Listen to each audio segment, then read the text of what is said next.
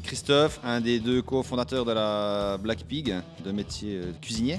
Je suis tombé un peu dans la marmite à Ben, surtout, on dira ça comme ça, quoi. C'est Ben qui a... C'est une grosse marmite. En fait, c'est Ben qui a lancé la brasserie. C'est vrai que suite à la création de la brasserie Black Pig en 2015, j'ai rencontré Christophe, qui d'ailleurs a un sacré talent pour le slam, hein, si jamais. Moi, je vous le conseille de lui demander de faire un slam après. Il fait très très bien les slams. Elle est pour toi, celle-là. Il imite aussi très bien le cri du canard. On s'est retrouvés voisins à 50 ou 60 mètres de différence, là, et ben, on a sympathisé, on a bu des bières, les deux amateurs de bonne bière. Ben, c'est comme ça que c'est parti, quoi, en fait. Comme on a les deux 40 ans, c'est aussi un peu un bon moyen de faire une crise de la quarantaine sans trouver une petite nana de 25 ans et s'acheter une voiture de sport. Donc on s'est dit, on monte une brasserie et puis on fait une bonne crise de la quarantaine. Vous, qu'est-ce que vous buvez quand vous ne buvez pas de bière? De l'eau. De l'eau. C'est vrai de vie aussi. Alors ça dépend de l'heure de la nuit. Mais, non, mais c'est vrai qu'on a quand même une règle dans la brasserie. On évite vraiment de boire un maximum les premiers jours de la semaine et puis surtout avant une certaine heure.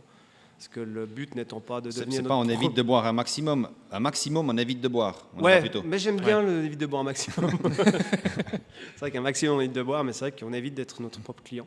Faut faire un peu gaffe, c'est vrai, quand on est dans les métiers comme ça. Faut faire gaffe de ne pas sombrer non plus dans la consommation excessive, quoi. Faut boire avec modération. Mais c'est vrai, parce qu'on a quand même finalement un frigo avec plein de bières fraîches, donc on pourrait être tenté de boire plutôt une bière au café qu'un café. Donc, non mais c'est vrai. Il faut être un petit peu strict avec soi-même, quoi. Petite anecdote, il y a souvent, on aime bien faire des collaborations avec d'autres brasseurs.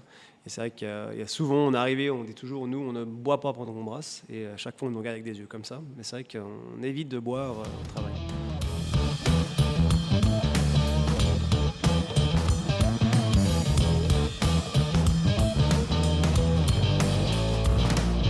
L'endroit ici, c'est notre stock et nos bureaux.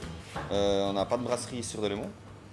On a notre petit bar où on fait nos fameux jeux de repig. En fait, on est en ce moment ce qu'on appelle les clearance brewers, où on va brasser chez des professionnels. Et en l'occurrence, on va brasser chez les copains de la Nébuleuse à Renan.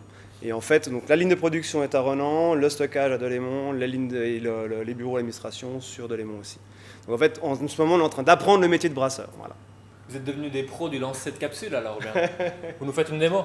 Non, moi j'ai vu tout. 3 et 3.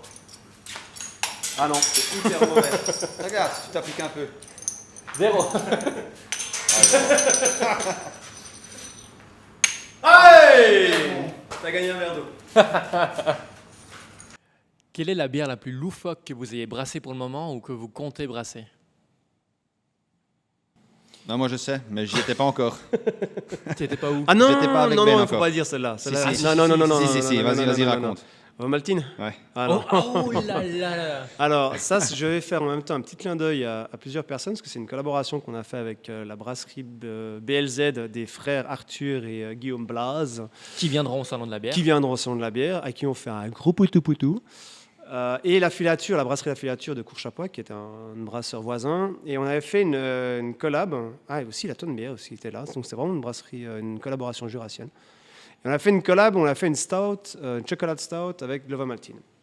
Elle était super bien partie. Et en fait, au moment du sucrage, au lieu de mettre du sucre, on a dit, bah tiens, on va être un peu foufou. On met de Lova-Maltine à la place du sucre. Et en fait, on a cramé le Lova-Maltine en fond de casserole et on n'a pas vu. En renversant la casserole dans la cuve de fermentation, on a découvert à peu près 1 centimètre de cramé de maltine au fond de la casserole. Et le goût que le cramé donne est parti dans la bière à ce moment-là. Donc on l'a quand même embouteillé, on a laissé aller et c'est vraiment pas bon. Mais vraiment, c'est pas bon. Il en reste? Oui. Oh. Tu peux repartir avec. Ah, volontiers alors. Tu peux prendre le stock. Et qu'est-ce que vous attendez du Salon de la Bière en 2019, le 20 avril? Professionnellement, oui, réseautage, contact, je pense que ça va être très intéressant. Ouais. Mais je pense que le nom déjà du festival parle pour lui-même. Le Salon de la Bière, c'est pas un festival de bière. Déjà, ouais. Quand on voit tout le travail que vous faites depuis une année, quand on voit que vous êtes capable de pondre un contrat de conditions qui fait 19 pages, je pense qu'il y a du boulot qui est très sérieux derrière et justement ça encourage à venir. Merci beaucoup de nous avoir suivis. Merci Ben, merci Christophe. Vous pouvez retrouver la brasserie Black Pig sur blackpig.ch. sur Brasserie Black Pig sur Instagram et Black Pig sur Facebook. À la prochaine. Ciao.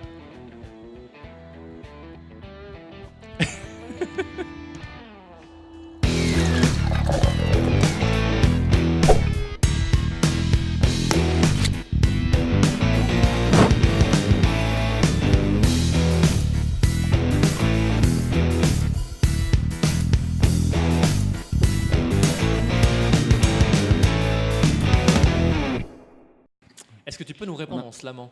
Ah, mais oui, enfin. Non, parce que je peux pas slammer si j'ai pas pu lire les questions avant et préparer mon texte en fait. Ok, Ça alors, va la question c'est, est-ce que tu as déjà participé à une manifestation de bière Oui, en slam? bah, c'était du slam. Ah ok, bien vu. Il est du monoslam. C'est du monoslam.